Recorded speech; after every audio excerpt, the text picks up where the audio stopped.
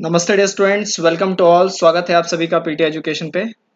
आज है हमारा सेशन नंबर 53 और आज के सेशन में जो हम अपने टॉप 6 स्टोरीज को कवर अप करेंगे। सबसे पहले हम जानेंगे बैरा सियोल पावर स्टेशन के बारे में, कहाँ पर लोकेटेड है, इसको बेसिकली मॉडिफाई करने की बात की गई है, रेनोवेट करने की बात की गई है। Second, FSDC financial stability and development council. Third बात करेंगे हंसा एयरक्राफ्ट के ऊपर। Fourth is IFAD, basically international fund for agricultural development. Fifth क्या है म्यू वेरिएंट, इसके बारे में बात करेंगे। एंड फाइनली सिक्स पे हम बात करेंगे हरिकेन इडा और फिर MCQs फॉर प्रैक्टिस। चलिए स्टार्ट करते हैं अपना आज का सेशन। सबसे पहला है हमारे पास बैरा सियोल पावर स्टेशन। देखिए NHPC जो है, आप जानते हैं NHPC लिमिटेड कंपनी है जो किस में डील करती है, हाइड्रो इलेक्ट्रिक पावर कॉरपोरेशन, यानी जो हाइड्रो इलेक्ट्रिक पावर प्रोजेक्ट्स है इसमें डील करती है। इन्होंने बोला है has indigenously renovated and modernised its 150 megawatt Baira Siul power station. तो इसको पूरी तरीके से इन्होंने रेनोवेट कर दिया है NHPC ने। The project is in Chamba which is in Himachal Pradesh. ये आपको ध्यान रखना है कहाँ पर लोकेटेड है, हिमाचल प्रदेश। और हिमाचल प्रदेश में भी स्पेसिफिकली कहाँ पर है, चंबा में है।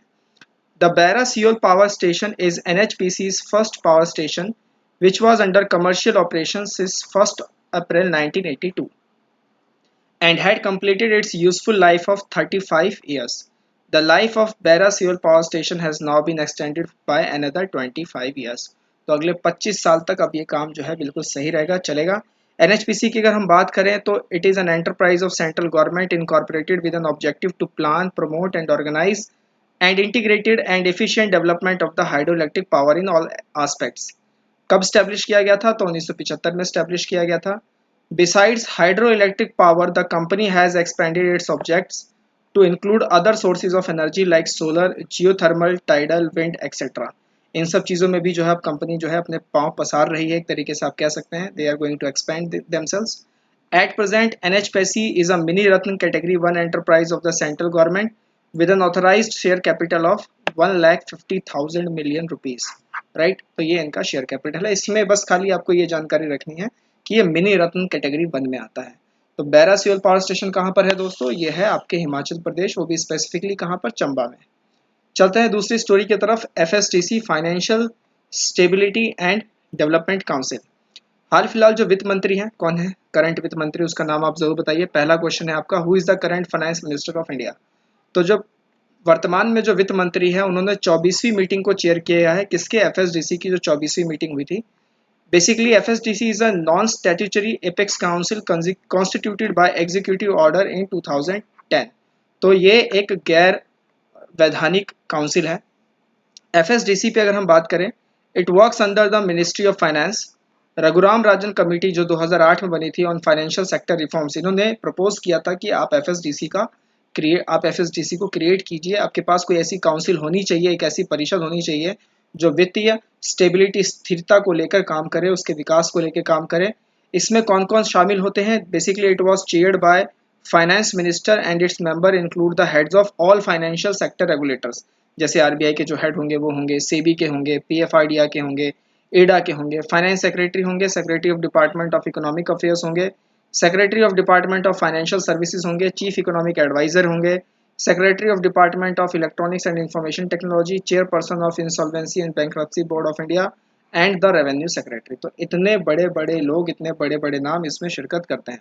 FSDC सब committee is headed by governor of RBI। तो ये आपके लिए काफ़ी इंपॉर्टेंट लाइन हो जाती है, मोस्ट इंपॉर्टेंट, कि इसकी जो सब कमिटी है, FSDC की भी एक सब कमिटी है, उसको हेड कौन करते हैं, तो RBI के गवर्नर करते हैं। The council can invite experts to this meeting if required. इनके फंक्शन क्या है, बेसिकली आप नाम से समझ ही गए होंगे कि एक ऐसा मैकेनिज्म तैयार करना, एक ऐसी मशीनरी बनाना जो हमारे देश के अंदर में जो वित्तीय स्थिरता है उसको बरकरार रखे। enhancing inter-regulatory coordination and promoting financial sector development. To monitor macro-prudential supervision of economy, it assesses the functioning of the large financial conglomerates। तो ये इसके कुछ फंक्शंस है जिनको आपको ध्यान रखना है। हाल फिलहाल कौन सी मीटिंग हुई थी, हाल फिलहाल 24वीं मीटिंग हुई थी, किसकी, FSDC की। तीसरी स्टोरी है हमारे पास Hansa aircraft. Hansa new generation aircraft is an aircraft designed and developed by CSIR NAL। NAL क्या है, NAL है नेशनल एरोस्पेस लेबोरेटरी। CSIR आप जानते ही हैं। आपके लिए आज का दूसरा सवाल पूछ लेता हूँ, CSIR के एक्स ऑफिशियो कौन होते हैं, उनका नाम बताइए। The unique features of Hansa NG are glass cockpit with cabin comfort, high efficient digitally controlled engine, electrically operated flaps, long endurance, low acquisition and low operating cost। तो कुछ बेसिक इसकी टेक्निकलिटीज पे बात की गई है। CSIR NAL has already identified a private player and series production will start soon। NAL पे अगर हम बात करें तो NAL क्या है? NAL जो है भारत का पहला और सबसे बड़ा एरोस्पेस फर्म है। ये कब स्टैब्लिश किया गया था? तो CSIR के द्वारा ही 1959 में दिल्ली में स्टैब्लिश किया गया था। बाद में इसका हेडक्वार्टर बेंगलोर में शिफ्ट किया गया 1960 में, 1 साल के बाद। It is the only government aerospace R&D laboratory in the country civilian sector. The firm closely operates with HAL, DRDO, ISRO and has the prime responsibility of developing civilian aircraft in India. The CSIR-NAL mandate is to develop aerospace technologies with strong science content, design and build small and medium-sized civil aircraft and support all national aerospace programs। CSIR के बारे में अगर हम बात करें तो ये सबसे बड़ी largest research and development organisation है भारत की। कब स्टैब्लिश की गई थी? तो 1942 में स्टैब्लिश की गई थी। इसको फंड कौन करता है? तो ministry of science and technology इसको फंड करती है। And it operates as an autonomous body through Societies Registration Act 1860। CSIR covers a wide spectrum of streams from radio and space physics, oceanography, geophysics, chemicals, drugs, genomics, biotechnology and nanotechnology to mining, aeronautics, instrumentation, environmental engineering, and information technology। It provides significant technological intervention in many areas with regard to societal efforts, which includes environment, health, drinking water, food, housing, energy, farm and non farm sectors also. तो basically इन्होंने क्या किया? इन्होंने एक नए तरीके का indigenously unique features के साथ एक एयरक्राफ्ट डिजाइन किया है, Hansa new generation aircraft. Clear? NAL, CSIR, इस पर हम पहले भी अपने बहुत सारे सेशंस में इस पर बात कर चुके हैं। They are closely working with DRDO and ISRO right now. तो काफ़ी इंपॉर्टेंट हो जाता है ये न्यूज़ आने वाले जो भी एग्जाम्स आ रहे हैं, क्योंकि अभी भी हाल फिलहाल की UPSC की परीक्षा हुई थी, आने वाले पिछले ही हफ्ते में हुई थी, संडे को ही हुई थी बेसिकली। तो उसमें भी मैं चेक कर रहा था, तो जितने भी GS के जो क्वेश्चंस आए हुए थे तो ज़्यादातर वन लाइनर ही पूछे जा रहे थे, और ज़्यादातर सवाल जो हैं वो आपके PIB से ही आए हुए थे, अगर आपने क्लोजली अगर उसको मॉनिटर किया हो तो। ये उसकी न्यूज़ क्लिप है। बेसिकली ये वो जेट है, एयरक्राफ्ट है बेसिकली। अगली स्टोरी पे चलते हैं। तो international fund for agricultural development, तो रिसेंटली IFAD ने has committed to focus 30% of its climate finance to support nature-based solutions in rural small-scale agriculture by 2030। तो एक तरीके से आप नाम से ही समझ सकते हैं कि इंटरनेशनल फंड है, तो फंडिंग का ही काम करेगा। और किस सेक्टर में ज़्यादा इन्होंने किस जगह पे लोकेशंस अगर हम देखें तो स्मॉल जो रूरल एरियाज में भी जो स्मॉल स्केल एग्रीकल्चर है उनको अब अपलिफ्ट करने की बात की जा रही है by the use of IFAD। तो IFAD की अगर हम बात करें तो 1977 में इसका सृजन किया गया था, which is the outcome of the World Food Conference of 1974। IFAD is an international financial institution and a specialized UN agency working in the field of poverty eradication in the rural areas of developing countries and providing grants and loans with low interest for allied projects। Headquarter कहाँ है इनका? तो इनका headquarter है रोम, Italy. ये आपको ध्यान रखना है। हर साल ये रूरल डेवलपमेंट रिपोर्ट को लेके आते हैं। इसमें 177 देश जो हैं इसके मेंबर है, भारत भी इसका मेंबर है। ये आपको ध्यान रखना है। किसका? IFAD का, यानी international fund for agricultural development. इनके ऑब्जेक्टिव क्या है? इनके ऑब्जेक्टिव है कि जो पुअर पीपल है उनकी जो क्षमताएं हैं उनको प्रोडक्टिव बनाना, to increase the benefits for them, for market participation, to strengthen the environmental sustainability and climate resilience of their economic activities। It works with marginalized and vulnerable groups such as farmers with small holdings, foresters, pastoralists, fishermen, and small-scale entrepreneurs by giving them disaster preparedness, access to weather information, technology transfer, and social learning। तो ये इनके कुछ जो है basically आप functions भी कह सकते हैं। किसके फंक्शन सही हैं? तो ये है international fund for agriculture development. कब बनाया गया था? 1977 में बनाया गया था। किसका आउटकम था? वर्ल्ड फूड कॉन्फ्रेंस का आउटकम था। हेडक्वार्टर कहाँ है? रोम, इटली में हेडक्वार्टर है। क्या भारत इसका मेंबर है? यस, भारत इसका मेंबर है। इसकी एक रिपोर्ट आती है जिसका नाम है रूरल डेवलपमेंट रिपोर्ट, RDR। तो ये सब जो चीज़ें हैं आपको इसमें थोड़ी सी ध्यान रखनी है। चलते हैं अगली स्टोरी की तरफ, that is mu variant. WHO ने एक दूसरा जो SARS-CoV-2 वेरिएंट था ना, B.1.621, राइट, जो कि वेरिएंट ऑफ इंटरेस्ट था, उसको एक नया लेबल दे दिया है और इसको नाम क्या दे दिया है? म्यू। पता नहीं ये WHO वाले भी क्या क्या करते रहते हैं, नाम ही लेबल ही चेंज करते रहते हैं। The variant was first identified in Colombia in January 2021 The global prevalence of the mu variant among sequenced cases has declined and is currently below 0.1%, जो कि बहुत अच्छी बात है, बहुत खुशी की बात है। हाउएवर कोलंबिया में ये भी 39% पे है, इक्वाडोर में 13% पे है और ये लगातार वहाँ पर इंक्रीज हो रही है। लार्जर एक लैम्डा वेरिएंट भी था। Larger outbreaks were reported from countries in South America and Europe. Cases have also been reported in UK, US and Hong Kong. इसमें दो कैटेगरीज थी, variant of interest and variant of concern. A variant with specific genetic markers that have been associated with changes to receptor binding which affect its diagnosis and are expected to cause unique outbreak clusters, उसको बोला जाता है variants of interest. वहाँ पे ऐसा माना जाता है कि यहाँ से ट्रांसमिशन हो सकता है, ये सारा अनुमानित होता है।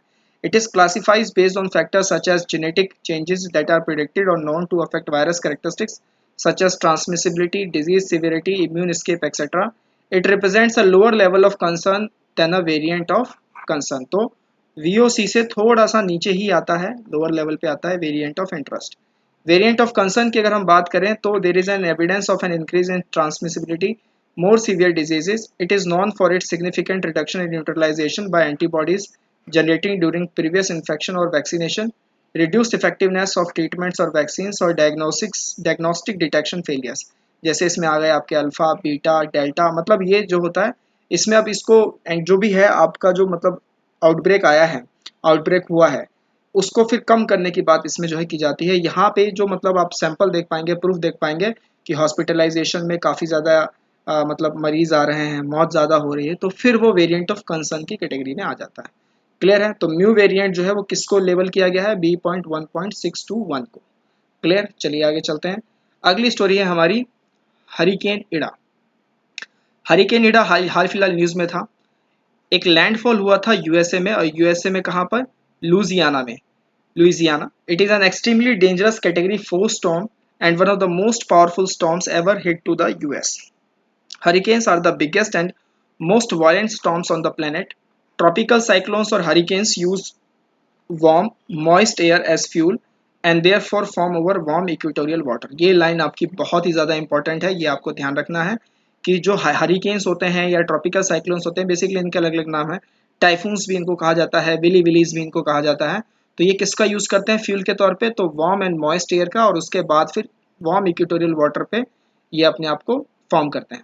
इनका मैकेनिज्म पूरा यहाँ लिखा हुआ है। When the warm moist air rises upward from the surface of ocean it creates an area of low pressure below. When this happens, the air from the surrounding areas rushes to fill this place, eventually rising when it becomes warm and moist too. An eye forms in the center. It is the calmest part of the cyclone. Before the wind reaches the center, it gets warmed up and rises upwards. When the warm air rises and cools off, the moisture forms clouds. This system of clouds and winds continues to grow and spin. This disturbance is fueled by the ocean's heat and water that evaporates from its surface. Such storm systems rotate faster and faster. Storms that form toward the north of the equator rotate counterclockwise. तो जो north of the equator होते हैं वो counter clockwise में मतलब rotate करते हैं, ये आपको ध्यान करना है। जबकि जो साउथ हैं, साउथ में जो होते हैं फॉर्म टू द साउथ, वो क्लॉकवाइज डायरेक्शन में जाते हैं बिकॉज ऑफ द, और इसका कारण क्या है, रिवोल्यूशन ऑफ अर्थ नहीं है, इसका कारण है रोटेशन ऑफ अर्थ। ये सब आप ध्यान रखिएगा, these are very important points. ये पूरा मैकेनिज्म बहुत ज़्यादा इंपॉर्टेंट है, ज्योग्राफी में ये आपके पूरे पूरे आ सकते हैं। डिफरेंट नेम्स हैं इनके, जैसे मैंने आपको पहले बताया, इन्हें टाइफून भी कहा जाता है चाइना सी और पैसिफिक ओशियन में। हरिकेन्स इन्हें वेस्ट इंडियन आइलैंड्स में कहा जाता है, कैरिबियन सी में, अटलांटिक ओशन में कहा जाता है। विली विलीज इन्हें नॉर्थ वेस्ट ऑस्ट्रेलिया में कहा जाता है, और ट्रॉपिकल साइक्लोन्स जो है वो IOR में हम कहते हैं, यानी कि इंडियन ओशियन रीजन में। हरिकेन्स को कैटेगराइज किया गया है Saffir Simpson hurricane wind scale के बेसिस पर, और इसको ये रेट करते हैं on a scale of 1 to 5 basis on the wind speed. Hurricanes that reach category 3 और higher are classified as major hurricanes. और ये कौन सी कैटेगरी का था, तो ये 4th कैटेगरी का था। इस इंफोग्राफिक से आपको पूरा समझ में आएगा। देखिए यहाँ पे 1 damage, very dangerous, winds will produce some damage. 2 extremely dangerous. 3rd devastating. 4th catastrophic and 5th catastrophic. Right, तो ये 4th कैटेगरी का था जो लुइसियाना अमेरिका में हिट हुआ था।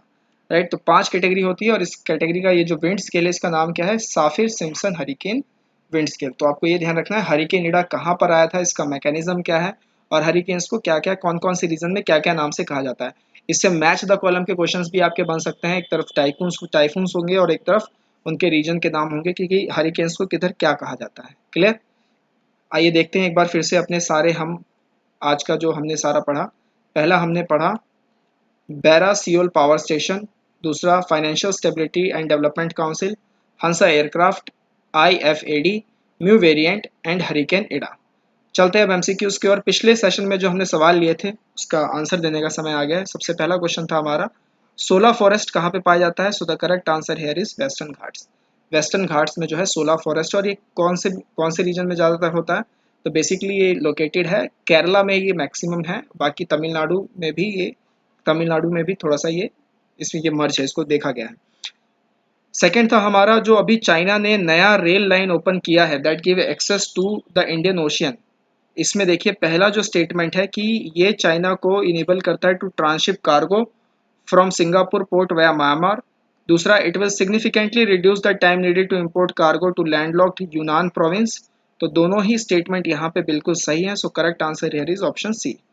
तीसरे पे बात करें तो रिजोल्यूशन 1267 ये किसके साथ डील करता है? That deals with designated terrorist, right? Taliban से रिलेटेड है, तो इसका आंसर क्या होगा? Option D. अगले सेशन में हम फिर मिलेंगे जिसमें हम जानेंगे थोड़ी और अच्छे अच्छे अपने हॉट स्टोरीज के ऊपर, थोड़े एमसीक्यूज उसमें प्रैक्टिस करेंगे। बने रहिए हमारे साथ। Thanks for your love and support. जितना हो सके दोस्तों के साथ शेयर कीजिए, पॉजिटिव कमेंट्स कीजिए, स्पिरिट अपनी करके दिखाएंगे वाली रखिए। टिल देन टेक केयर, नमस्ते, जय हिंद।